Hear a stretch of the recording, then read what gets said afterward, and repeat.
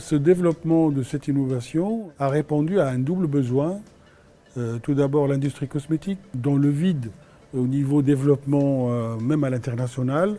Quand on avait commencé cette application-là, il n'y avait rien qui existait pour mesurer l'effet d'un produit cosmétique sur la douceur de la peau et des cheveux. Ce qui nous a amené justement à développer cette innovation et pour répondre aussi aux besoins dermatologiques. La dermatologie a fait des progrès extraordinaires en imagerie dermatologique. On a développé la vision du dermatologue de manière absolument colossale. Par contre, la palpation est restée un parent totalement pauvre de la pratique dermatologique. Aucun outil de métrique à l'heure actuelle nous permet de parler de manière précise entre nous et d'échanger concernant les troubles de l'élasticité ou les anomalies de la dureté ou de la souplesse d'une tumeur. Un système comme Touchy Finger permettra de déterminer de manière précise les qualités palpatoires de la peau et de la tumeur qui est ainsi examinée et surtout permettra à des non-dermatologues de pouvoir eux aussi discuter de manière précise avec des dermatologues. Touchy Finger est probablement un outil qui va révolutionner la télémédecine. On pourra déterminer la qualité de la peau du patient comme lorsqu'on est en une situation clinique habituelle où nous touchons donc très régulièrement la peau de nos patients.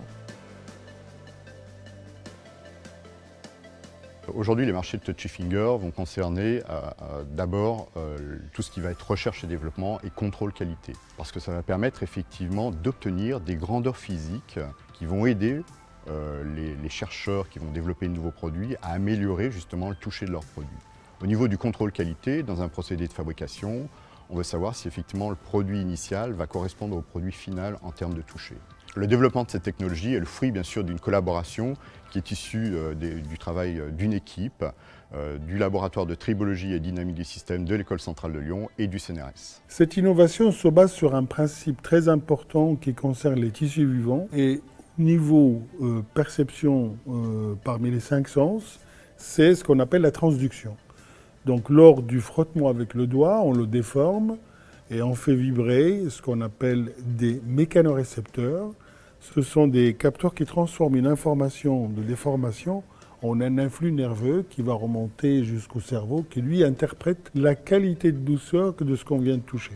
Ensuite, une fois que ces informations sont acquises, quantifiées, le grand travail par la suite, puisque ces données-là vont être pratiquement sur un grand nombre de sujets, c'est le développement de l'intelligence artificielle pour pouvoir classer automatiquement le ressenti du doigt qui vient de toucher une surface, de pouvoir aussi progressivement identifier les préférences du toucher de certaines surfaces. Parmi les choses importantes de cette innovation, au niveau de son instrumentation, c'est là où il y avait une vraie recherche d'innovation pour instrumenter le doigt humain. D'abord pour mesurer la force d'appui lorsque le doigt va toucher une surface.